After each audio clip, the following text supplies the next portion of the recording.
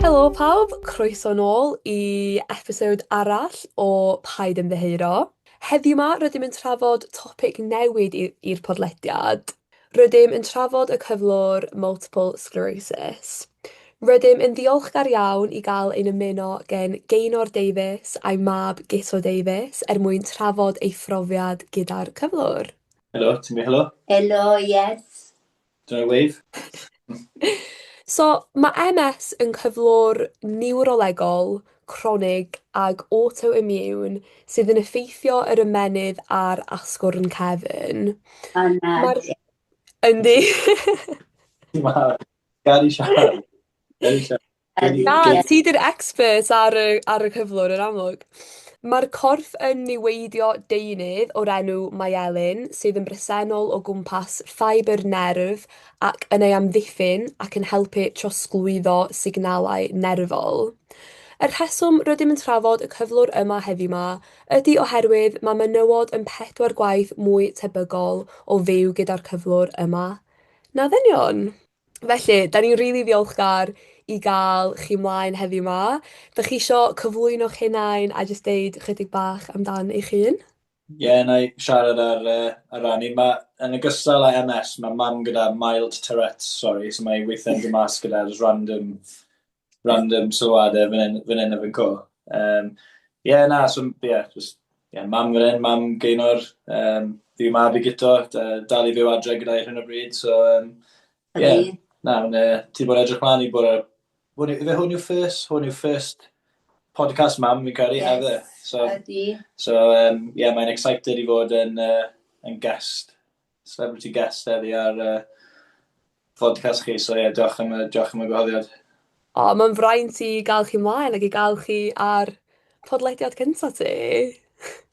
Dwi'n siŵr bydd o'n gret a dyn ni'n rili edrych mlaen i glywed gan y ddau ohonych chi. I ddechrau, chi'n mynd i fatha siarad ni trwy y broses, fel sut nath y diagnosis ddechrau, pa fath o symptomau oedd yn digwydd? When i'n gofyn mam gyne, mae di bod... So mae mam yn 58 nawr, a gath i diagnoso pan oedd i biti 40. So mae di bod yn 19 o flynyddoedd ers i mam cael i trin, when i'n 11 ar y pryd. Y peth fi'n cofio mwyaf, sa'n mas ti'n cofio hwn, mam. Ti'n cofio is ti fel parti priodas David Jones a Lynwen fel testimonial dinner, achos within retire o rugby. So ddim parti priodas, testimonial. A fi jyst yn cofio ath nhw mas o'r un diwrnod ar ôl ni. Dwi'n mynd i weld siw enw, a fi'n jyst yn cofio oedd mam yn crio ar y gwely o dad gyda disgled o de hi.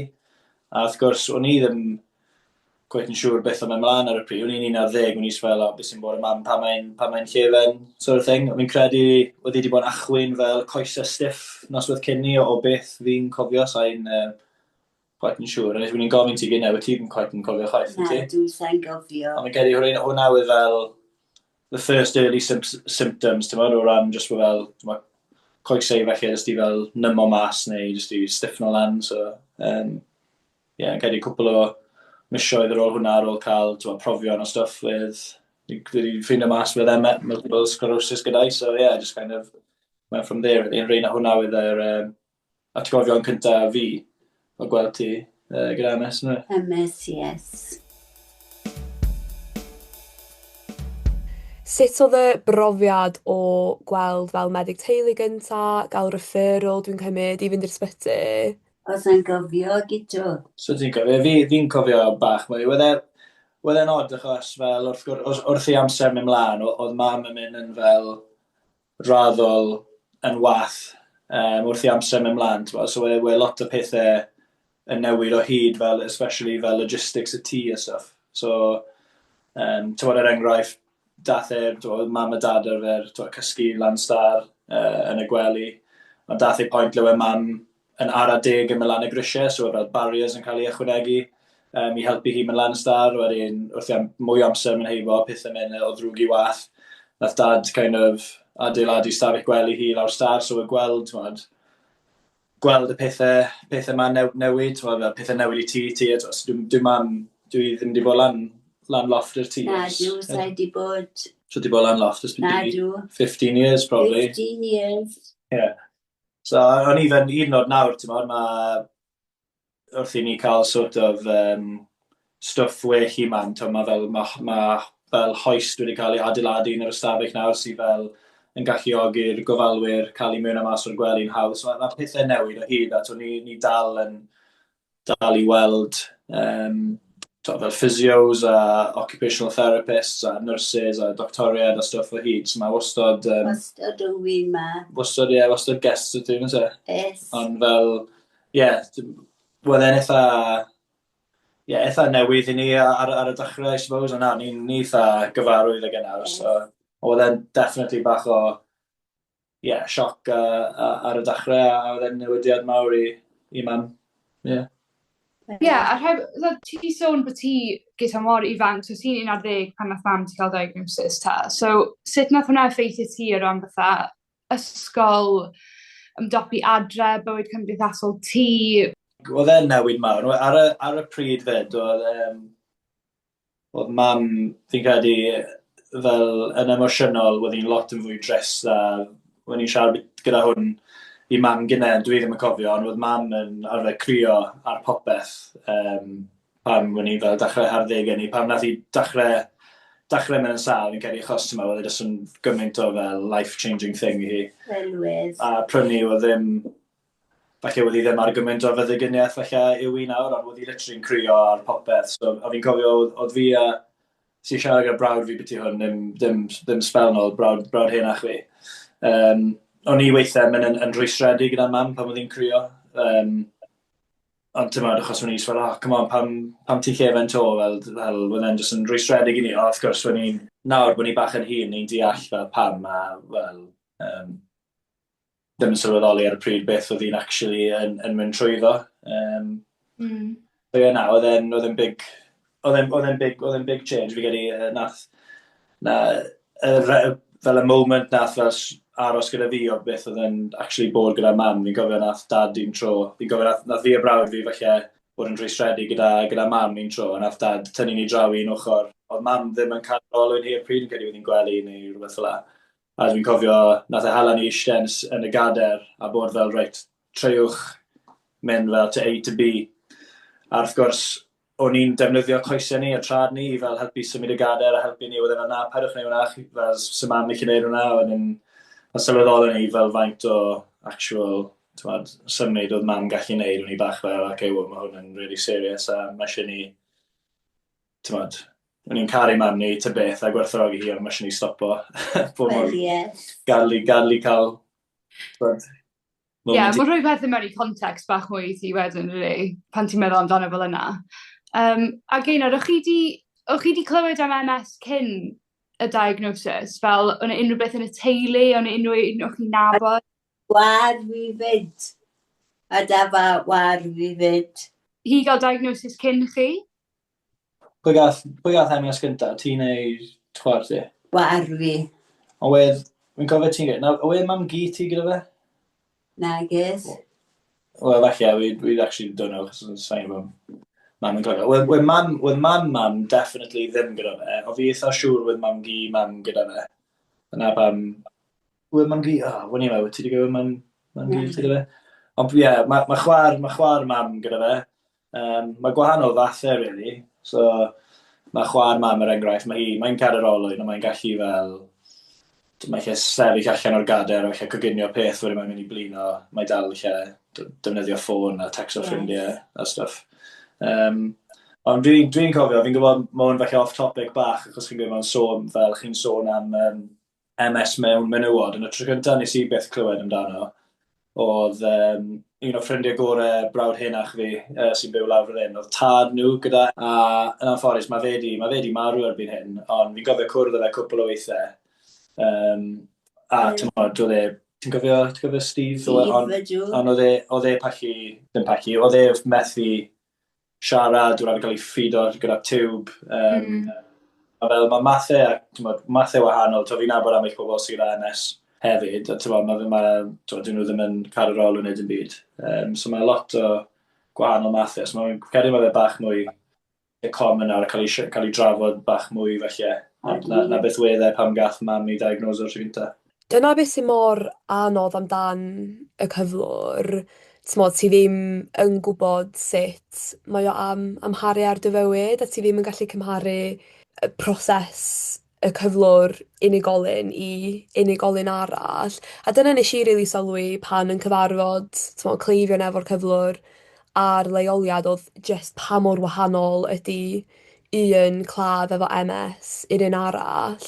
Be' 'di llwybr chi 'di bod fel ers y diagnosis? Dwi'n gwybod nathoch chi sôn, t'mo' ma' petha'n amlwg wedi gweithygu, ond pa agwedda o dy fywyd yn bersonol sy wedi newid y mwya? Beth ti'n meddwl, Guto? Mae di newid popeth. I fod yn onest, oedd mam, cyn ti'n mynd yn sawl, wyt ti ddim really yn wel, pa wyt ti'n ifanc, wyt ti'n sociable. Ond fi'n cofio mam, pan oedd mam pan o'n i'n ifanc, dwi'n cofio mam fel, oedd hi jyst yn, fam cartrefo, oedd hi'n neud popeth rhwng y tŷ. Oedd hi'n glanhau, oedd hi'n coginio, oedd hi'n mynd â ni marfer rygbi, oedd hi'n neud holl stuff na. Oedd hi ddim yn really berson, oedd allan, mynd i cymdeithasu lot gyda ffrindiau, so ffyw mam yn joio bod yn Oedd yn y tŷ. Ie, bod yn y tŷ. A fel hyd yn oed erbyn nos, bydde fi dad yn frawd i yn y lolfa yn gwylio pêl-droed o'r enghraifft, bydde mam gyda teledu hi yn watch o soaps yn y gegging yn gweud gwynio neu wneud word search neu rhywbeth, wedi wneud y llestri kind of thing. Ond hwnna yw probably chunk mwyaf wedi cymryd mas o bywyd mam yw just fel y stuff o ddydd i ddydd o ddi arfer wneud yn bennaf, ond fi'n credu, os ni'n edrych ar y picture yn fwy, mae literally'n cymryd popeth o bywyd hi, really. Mae'n dibynol ar pobl arall ar pretty much i wneud bron popeth. Wneud popeth. Ti still yn...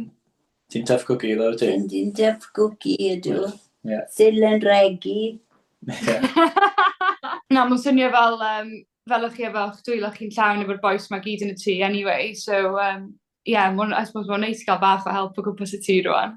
Y tŷ, ges. Ti gael long break. Long break.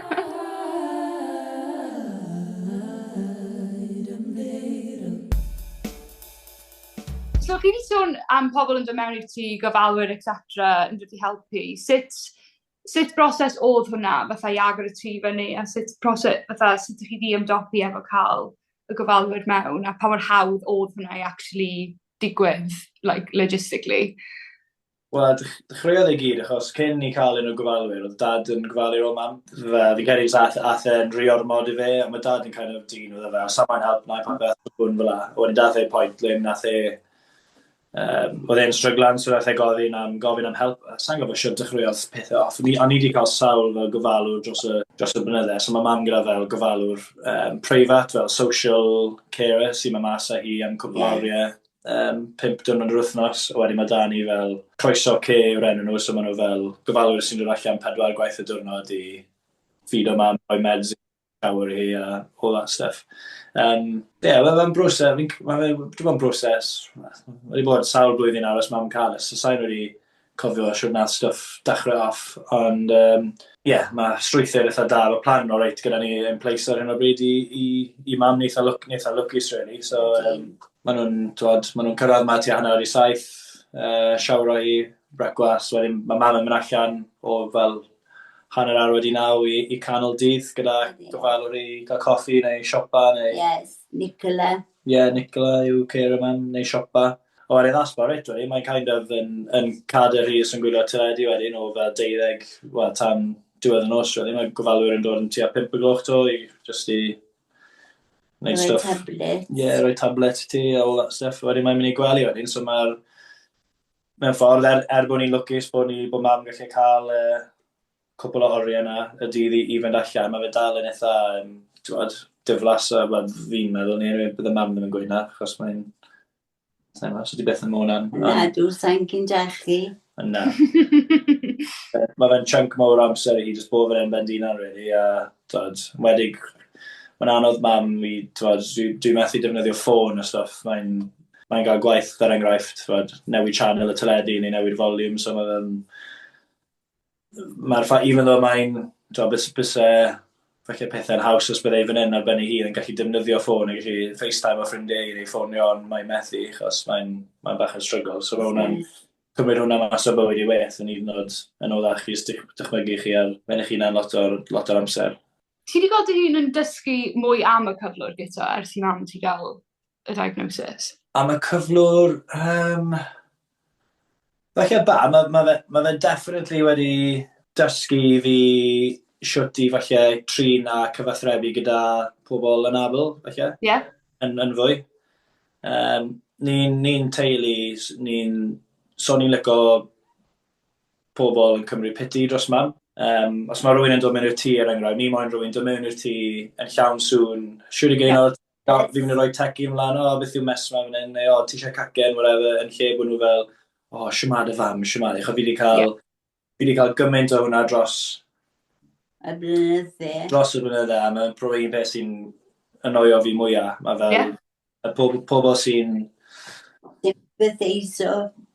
Pobl yn sympatheiso, ie, a mae pobl yn gwybod sio mam fi erbyn ar, a weithiau fi jyst moyn troi rownd at nhw, a jyst fel, chi'n gwybod fel mae mam, cerwch lan i wely, chi'n moyn gwely, fel, fi'n deall bod pobl gyda pobl, fi'n deall bod pobl gyda bywyd e prysur, ond dros y blynydde fi wedi cael gymaint o pobl yn gweud, sa fi'n paso'r tŷ galw mewn i weld y fan, a dwi'n pobl byth yn.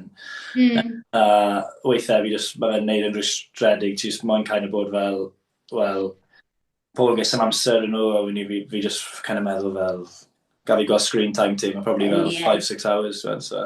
100%, yeah. Ti'n meddwl bod yna bach o, un mae pobl yn brysur, whatever, ond alla, dyn nhw'n gwybod be i wneud neu sut i drin chi Gaynor, fel, ydy hwnna'n, ti'n meddwl bod pobl jyst ddim yn gwybod cweith be i ddeud neu cweith sut i ymddwy, na os oes yna bach mwy ymwybyddiaeth o gwmpas y pwnc ma, neu o gwmpas just pobl yn abl generally. Falle, mae hwnna'n problem. Hwnna'n problem yw mae nhw'n sôn nhw falle quite yn siŵr beth mae mam, ond as in pwy fath o cyflwr mae mam mewn, ond dyn nhw byth mynd i, falle dyw bobl ddim mynd i byth mynd i ffyn o mas yma rhywun mynd i fod fel, tan bod nhw'n actually gweld nhw, I ran fwyaf o pobl sy'n nabod mam, a fel yn nabod I cyn I fynd yn sal, maen nhw gyd yn gweud rhywun peth o fi, mae mam yn un sy'n mae dal yn licio cymryd y piss a tynnu coes, so fi'n credu dylse pobl yn kind of gwybod na, mae rhaid I cymryd unrhyw un ti wedi clywed sy'n sal, neu sydd wedi cael anaf, neu damwain, you just take a big pinch of salt,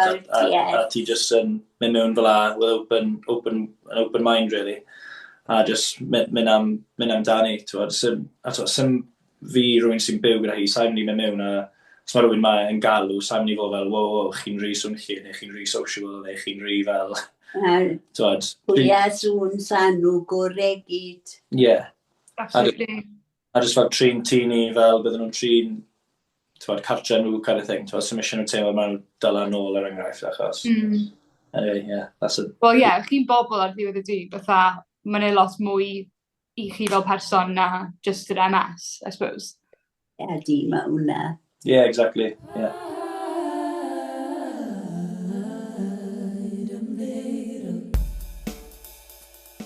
Ni wedi gwneud lot o waith yn codi ymwybyddiaeth o'r cyflwr yn y blynyddoedd dwytha, efo siarad amdan yr cyflwr ar y môr y mynydd, a hefyd yr erthygl nes I efo y BBC. Pam di hynna'n rhywbeth sy'n bwysig I chdi trafod amdan yn y cyfryngau? Ti'n meddwl beth, sa'n actually siŵr, wel, fi'n credu mae'n bwysig I fi siarad amdano fe, achos bottom line yw, dyna yn stori, really, ti'n meddwl, stori mam, so sa'n person sy'n, fi'n person eitha agored ta byth, so dwi ddim yn person sy'n licio cuddio, hanes I a stori mam, a fi'n credu, achos fi'n gwybod be mae sefyllfa mam, a beth mae, faint o unigolyn cryf yw mam, fi'n hapus, fi'n teimlo fel fi'n bach o lais I mam, achos mae'n methu defnyddio rhydweithiau cymdeithasol ac ati, mae'n neis I just gallu dangos faint mor proud a balch I fi, really. Mam fi yw mam fi, really. So, mae'n iawn. So hwnna yw'r falle brif reswm, really, ond hefyd, weithiau fi'n nabod gymaint o pobl ar enghraifft, gyda falle perthnasau wael gyda rhieni nhw, neu so nhw'n siarad gyda rhywun o aelod o teulu agos nhw, a fi jyst yn meddwl... A di mae'n drenu wedyn. Na di, mae fe bach, so mae fe jyst... Mae fe'n...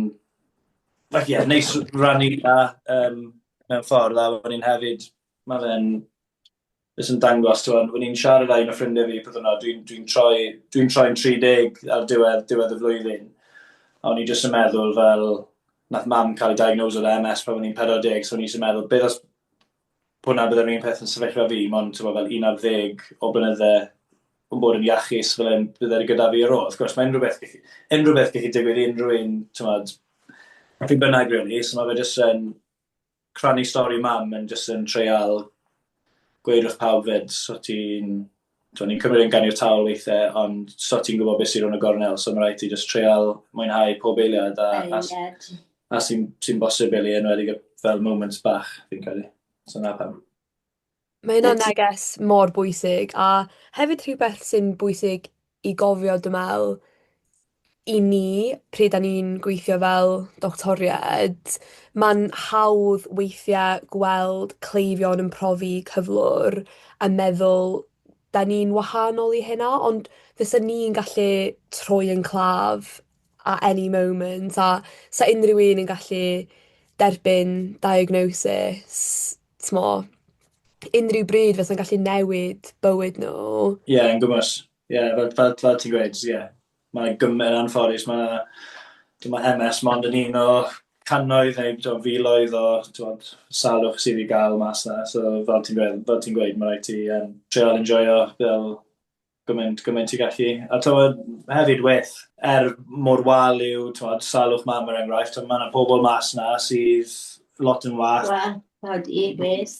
Mae yna plant sydd ddim yn 5-6 mlynedd oed sydd falle yn critical condition er enghraifft neu ar y ffordd allan kind of thing. So yeah, weithiau mae rhaid ni just pinsio ni na bod yn ddiolchgar fe mor lwcus ni wedi bod neu ni ar hyn o'r bryd. So gallai wastad, mae mam wastad yn gweud, gallai wastad bod yn wath yn sefyllfa hi, which is Eitha wir. Pan mae'n gweud fel la, mae'n eitha touching really, pan ti'n gweld rhywun yn sefyllfa mam sy'n still yn aros yn bosib, mae'n ala ti'n meddwl, pam fi'n wain am beth ti'n complain o beth ti'n pethau bach, mae gweld mam ti'n sefyllfa mae ti'n kind of bach fel, okay, well, you need a kick up the backside bach, achos, Dyna polite, dwi ti gyda kick up the backside, kick up the ass, bydde ti. Yeah. Nath chi watcho ar y môr y mynydd, ar y teli? Do, watches i fe. Beth o'ch farn chi? Na, wy'n ni'n meddwl bod gyda eitha ansym. A beth ti dy fab? Dim na beth oedd hi'n gweud ar y pryd. Na, wyt ti'n meddwl bod ni'n bref yn mynd yn ice bath? O fel, hwnna. Mam yn hit o dŵr o'r. Hwnna. Na, o'n i'n treial avoid o gymaint o chat o'r rhieni as possible. So, yeah. Mae'n rili neis gweld fatha pa mor sy'n mae perthynas chi fel teulu mor agos, achos dwi'n nabod gymaint o dyddiau ti wedi bod trwy pethau tebyg, a just y friction mae'n gallu achosi rhwng pobl pan mae pobl yn sal, mae'n actually'n really anodd i weld, lle weithiau ti'n cael gymaint o gymorth gan pobl ti'n nabod, a mae'n just yn rhoi gymaint o bwysau arnych chi fel teulu, a ti'n gofod actio fel bod popeth yn okay, a, bod ti'n gofod aros yn gryf i bobl eraill, a mae'n just, so mae'n really refreshing clywed y ffordd ych chi dal di cario ymlaen mor normal, mor normal a phosib. So dwi ddim wedi bod yn ôl plain sailing, so mae yna sgwrsiau anodd wedi bod. Mae ni dal yn cael sgwrsiau eitha cymleth fan hyn am yn gwybod, wrth gwrs dwi dal i fyw adre hyn o bryd, a mae dad dal o gwmpas yn gofalu o'r mam fyd, ond dwi'n yn gofalu rhan amser, a mae mam wastad yn gweud wrthai, os fi beth yn siarad wedi symud allan, neu... Am bod ti'n apus gyda. Mae mam yn gefnogol o beth bynnag ni eisiau gwneud, so i eisiau teimlo fel bod hi'n bwrdwn ar un o ni. arno fi, really, ond weithiau mae'n anodd achos, un mam ti'n cael a un shot sydd gyda dy fam di fyd ar bywyd, so ti moyn teimlo fel bod ti'n gadael hi ar ben ei hun, so mor drist weithiau pan ti'n gweld falle, mam fi neu menyw hyn sy'n ar ben ei hunan a neb ar ôl. Mae hi yn her 80s falle neu 90s, ddim yn gret, o mam, dwi ddim yn 60s i to, so mae dal yn really ifanc, so ti kind of, dim fel bod ti moyn dala dy hun nôl, ond ti kind of gyda hwnna yn back meddwl ti wastad, fel fi yn anyway, so mae'n, yeah. Fel ydych chi'n gwybod, mi wnaeth Elin a Fina cyfarfod yn ystod ein gwaith fel llys genhadon i'r Coleg Cymraeg. Ni fuaswm yma heddiw yma heb y Coleg Cymraeg. Felly, rydym yn gyffrous iawn i rannu bod y rhaglen yma wedi cael ei noddi gan y Coleg Cymraeg. Mae'r Coleg Cymraeg yn sefydliad sydd yn cefnogi myfyrwyr trwy'r iaith Gymraeg mewn gwahanol feysydd yng Nghymru. Mae hyn yn cynnwys ysgoloriaethau er mwyn astudio trwy'r Gymraeg yn y brifysgol. Mae Cal a Fina wedi bod yn ffodus iawn i dderbyn yr ysgoloriaeth meddygaeth. Os ydych eisiau gwybod mwy am waith y coleg, ewch i'r wefan colegcymraeg.ac.uk. Diolch! So Guto, ti di sôn amdan dy brofiad o ofalu am mam yn rhan amser, a mae'n debyg bod lot o bobl sy'n gwrando ar y podlediad ella wedi gofalu am unigolyn neu yn gofalu am rhywun ar y funud. A nes i wneud dipyn o ymchwil mewn i y rôl o yn enwedig benywod o fewn y maes gofalu. So yn ôl ystadegau yn y Deyrnas Unedig, mae 59% o ofalwyr yn fenywod, ac mae fenywod yn 4 gwaith mwy debygol o adael swydd o ganlyniad i orfod ofalu am unigolyn heb dal. Mae ystadegau di dangos bod na anghydbwysedd mawr rhwng y rhywiau pryd mae'n dod at y baich o ofalu am unigolyn, os mae hynna fel swydd neu os mae rhywun yn neud o heb dal, ac yn enwedig pan ti'n edrych ar swyddfeydd, mae yna lot fwy o fenywod yn y maes gofalu na sy'n na dynion. Yn ogystal â hyn, pan ti yn mynd ymlaen i gymharu tal rhai o'r swyddi gwahanol, pan o'n i'n edrych ar pa swyddi sydd yn talu y lleia ar Indeed, y peth cyntaf nath dod falu oedd rôl fel gofalwyr. Ar gyfer taledd yn y Deyrnas Unedig, y salary ar gyfer gofalwr ydy 20,719. A pryd ti'n cymharu hynna i swyddi eraill, megis oedd na shelf packer ar y rhestr yma, mae'r tal yn fwy a mae o'n 22,097.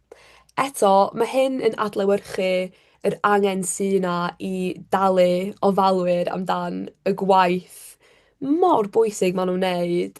A eto, mae rhan fwyaf o'r bobl sydd yn wneud y gwaith yma yn menywod. A mae'r gwaith mor hanfodol a dwi ddim yn teimlo bod nhw yn derbyn y tal maen nhw yn heiddi. Ie, mae'n un anodd, really, achos so mae croeso ce gyda ni, enghraifft, maen nhw'n dod 4 gwaith y diwrnod, a mae gwaith maen nhw'n gwneud. Be ti'n gwneud? 4 gwaith y dydd. Ie, a just ti fyna, so maen nhw'n mynd i gweld lot o cleifion eraill. Mae 2 fel arfer yn gweithio ar y tro. Ers mam cael nhw, dwi efo mam wedi cael nhw fel 15 mlynedd, so ni wedi gweld gymaint o turnover yn staff. Mae wastad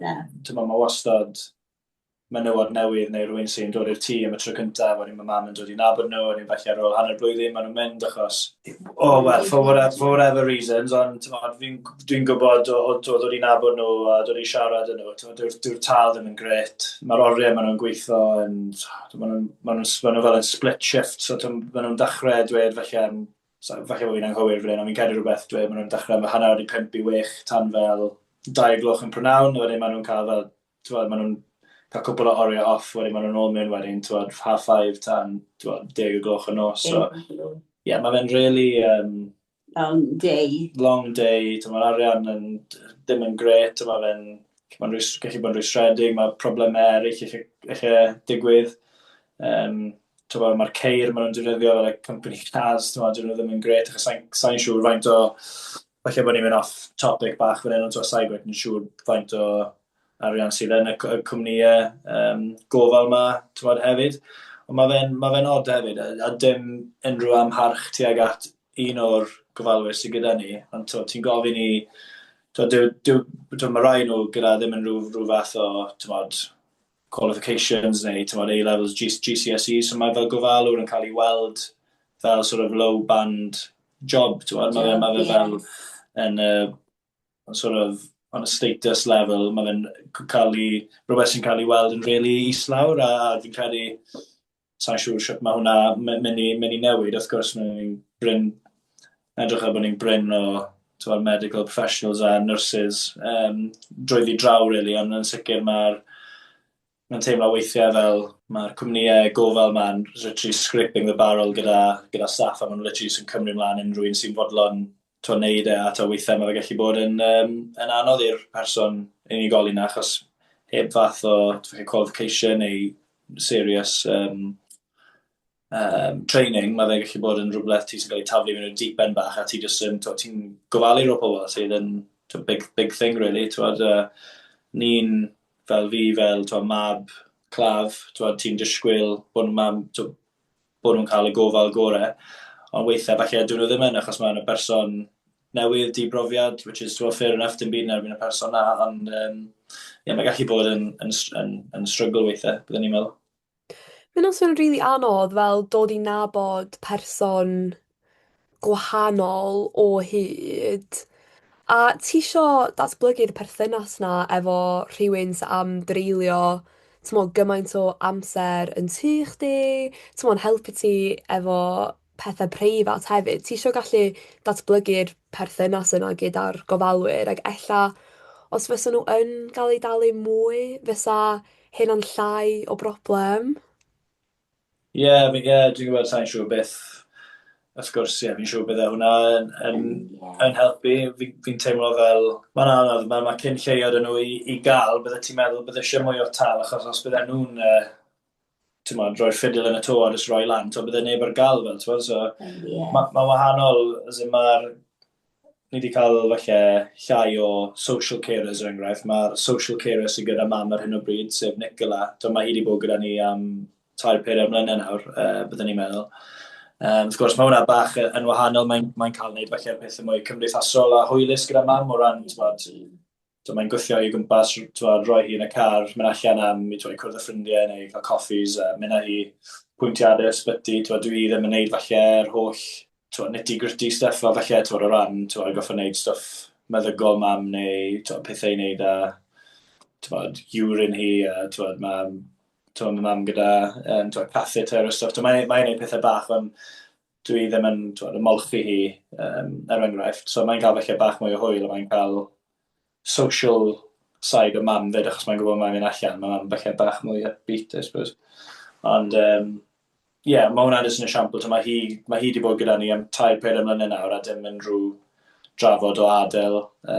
So mae fe'n rhywbeth sydd, dwi'n ddim yn gwybod shwt, ond mae eisiau fe swn yn swydd mwy appealing felly i bobl. Dwi'n meddwl bod wastad wedi bod issue o ran ers i ni stopio meddwl am fatha healthcare a social care efo'i gilydd. Achos dyna issue dyn ni wedi gweld fatha'r placement lle, you've got your medical professionals and medical people yn ysbyty, GP, whatever. A wedyn ti efo'r social carers a carers sy'n y gymuned ac yn y catre. Ond mae'r disconnect rhwng y ddau mor awful, a hwnna yn political, it's an economy thing, more ridiculous. Ond actually, y mwyaf broblemau iechyd dyn ni'n gweld rwan, maen nhw'n fwy connected i social care problems, really, na unrhyw beth arall. A dwi'n meddwl, os oes ni jyst yn cael y trafodaeth gwell na rhwng y ddau agwedd, fysa pethau'n lot fwy hwylus, a falle, os oes y'r carers yn cael mwy o input o ran gofal mam ti neu, be yn union maen nhw angen gwneud a teimlo fel bod nhw bach mwy yn rhan o'r plan a ddim jyst yn cael ei defnyddio, yn catra a bod nhw actually'n teimlo valued a bod nhw'n rhan o'r care plan, rhan o'r treatment. Alla so yn fwy appealing fel ti'n deud a dwi'n meddwl, yes, maen nhw angen cael ei talu mwy, ond dwi'n meddwl maen nhw angen bit of a bigger picture approach i gysidro carers fel o ti'n deud gynne, ar yr un status a nurses, doctors, HCAs, achos ar ddiwedd y dydd, mae'r NHS, mae meddygon, mae staff sbyty, maen nhw mor reliant ar pobl yn y gymuned i actually gallu discharge pobl o ysbyty. Fel ar y funud, dyn ni efo'r massive issue yma efo bed blockers a pobl ddim yn gallu gadael ysbyty achos does na ddim care packages yn gallu cael eu rhoi mewn lle yn y gymuned. So, i feddwl bod ni'n hollol reliant ar y connect na rhwng sbyty a gatre, wel pam dyn ni ddim yn rhoi mwy o barch i'r bobl yma, because more literally mynd i achosi gymaint o straen mewn ysbytai os dyn ni ddim yn rhoi mwy o barch i bobl yn y gymuned a carers yn y gymuned. Yn iawn ddo o ran fel, so mae siampl gyda ni fan hyn, so yn fwy ddiweddar nawr, ni wedi bod yn cael district nurses yn dod mas i'r tŷ, mwy neu lai yn ddyddiol, achos mae mam wedi cael fel rhyw fel abscess ma ar y penol hi, achos mae fel stoma bag gyda mam hefyd. Pam dechreuon nhw dod allan, wyn ni lle gweld bach o fel, dim tensiwn, o fel, when nhw fel diffyg cyfathrebu falle rhwng y district nurses a'r carers, or what's up, they haven't done this, or they've done that kind of thing. Ond nawr bod mwy amser ddim ymlaen, a maen nhw wedi gallu gweithio gyda'i gilydd yn fwy a gwario amser na. So ni byth yn cael y problem na, maen nhw wedi fel resolfo'r problems, a sy'n really fel, gymryd y tensiwn a fel y bach o cymlethdod, mae bach mwy'n straightforward, mae pawb ar yr un team as such. So mae'n bach yn corny gweud. Ond, achos weithiau fi wedi cael, high-end physiotherapist mas fan hyn, neu doctoriad sydd gyda'r holl fel medical jargon a maen nhw'n gwybod popeth. A wedyn, fi just fel, kind of dim bit i wneud, ond ti'n swnio fel educated robot and you don't know what's actually going on. Well, you don't know the actual person. A fel os ti'n siarad efo'r carer, fes ti'n probably'n cael conversation lot gwell a lot fwy human.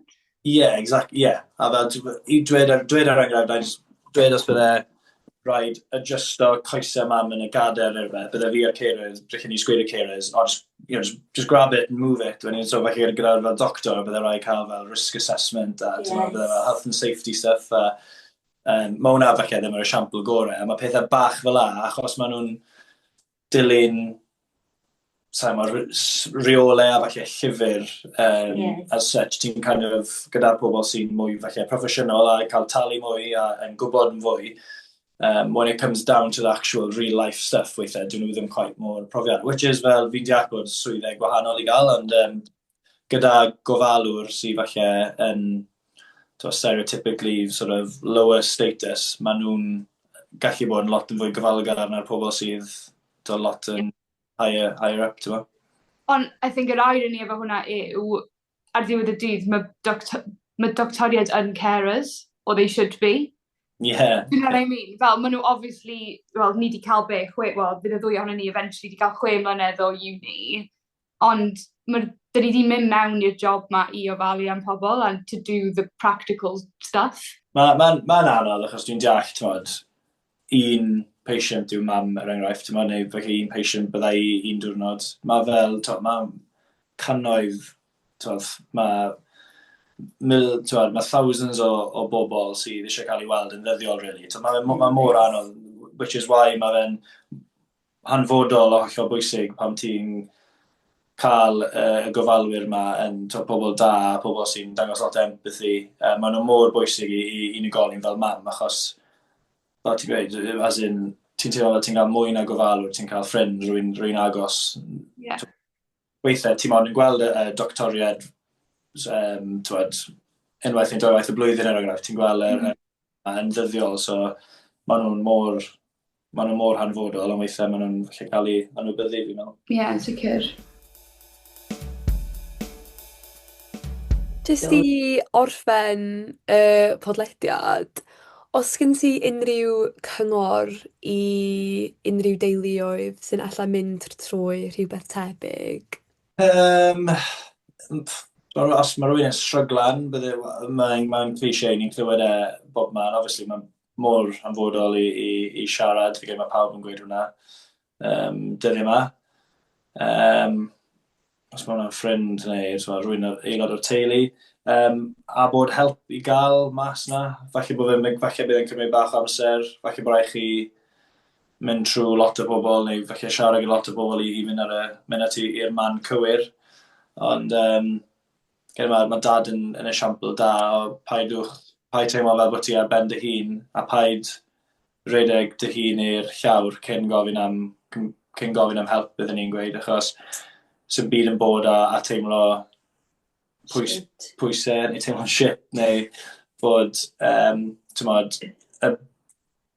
bod y pwysau'r byd arno ti, mae hwnna'n hollol ffain. Mae cannoedd o pobl yn yr un cwch y ti, so paid diflasu dy hun gormod cyn gofyn am help. Sylwa'r problem sydd gyda ti a trio taclo fe yn syth cyn i beth yn mynd yn wath. Chi gael unrhyw help gan charities neu fatha third sector organisations neu unrhyw un yn y gymuned o gwbl? Na, sa'n cael ni. Na. Falle bod fi'n completely wrong fyna. Na, ni'n cael social services yn y mas am dau waith y blwyddyn neu rhywbeth. Just fel review a whatever. Ond na, fel mond yn ddiweddar, so os dwi'n gweithio llawn amser, ond ar diwrnodau off, os mae gofalwr mam yn dweud ar holiday, a dwi'n cyfro, nawr yn cael yn halu fyd fel part-time carer, ond mond nawr sylweddolau sydd fel bod ti gallu gwneud hwnna, so o'n i'n kind of gofalu ôl mam am ddim, essentially, am good fel 15 years, probably. So mae wastod, weithiau ti'n teimlo falle bod ti ddim moyn cael y bariau yna, because you're just looking after your mum, mae fe dal yn helpu o rhyw ffordd, so. Mae'n actually really good point, achos dwi'n meddwl lot o bobl yn gwybod bod chi yn eligible am daliad, os ydych chi yn gofalu am unrhyw un, like however much that is, neu os maen nhw'n deulu neu ddim, fel os ydych chi'n primary carer neu part-time carer i rhywun, ydych chi yn gallu cael eich talu. So, newn ni roi links fatha yn y bio o ran lle ti'n gallu checio os ti'n eligible a faint ti'n eligible amdano, etc. Cos mae'n really bwysig. A dwi'n meddwl weithio fel pobl, dyn ni'n teimlo, yn enwedig efo teulu, mae mam ti di edrych ar ôl ti, so dyle ti edrych ar ôl mam ti, just o ran, ethically, morally, dyna beth ti eisiau gwneud. Ond hefyd, mae'n anodd am unrhyw help yn mynd i fod yn useful. So, mae'n bwysig i bobl ddim teimlo shame o ofyn am extra help, fel ti'n dweud. Cyngor arall bydde da fi fed yw, os chi digon lwcus bod chi dal gyda rhiant neu'r ddau, yw dewch chi i nabod nhw a gwerthfawrogwch pob eilad chi'n cael gyda nhw, achos sefyllfa i falle bach yn wahanol, ti ddim ond gweld mam ti'n mynd yn sal fel mae mam wedi wneud, ond achos y sefyllfa, fi wedi cael gwario loads mwy amser gyda mam, a falle bod fi wedi yn 29 flynyddoedd dwi wedi byw, falle fi wedi gweld mam yn fwy yn barod na beth bydd rhywun, falle wedi gweld mam nhw pan maen nhw'n 60 yr enghraifft. Just dewch chi'n nabod nhw a gwedwch bod chi'n caru nhw os chi heb am sbel, a achos fel gwedwch sy'n gynharach un shot maen nhw'n cael ar fywyd fyd. Ni'n gweld fel rhieni ni fel sort of superhumans pan ni'n fach, a bod nhw'n invincible, ti'n dod i oedran le ti'n bach mwy aeddfed yn gweld y bigger picture, really. So, ceisiwch gwario gymaint amser chi gallu gyda nhw. A fi'n deall bod pobl yn brysur, fi'n deall bod fel pobl yn byw bywydau, ond pick up the phone a rhowch galwad i nhw. Galwad iddyn nhw. Honestly, dwi'n meddwl mae'n ffordd really da i orffen efo'r neges yna, a mae actually di wneud fi feddwl dwi'n really angen ffonio mam a dad fi.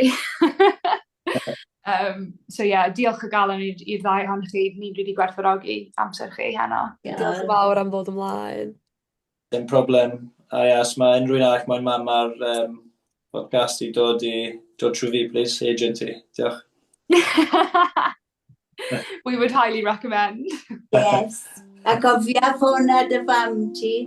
I promise. Na i neud o rwan. Fe gyntaf byddai'n gofyn ti pan byddai'n siarad i si nesaf. Ffonais ti mam ti? Diolch. Diolch, tra.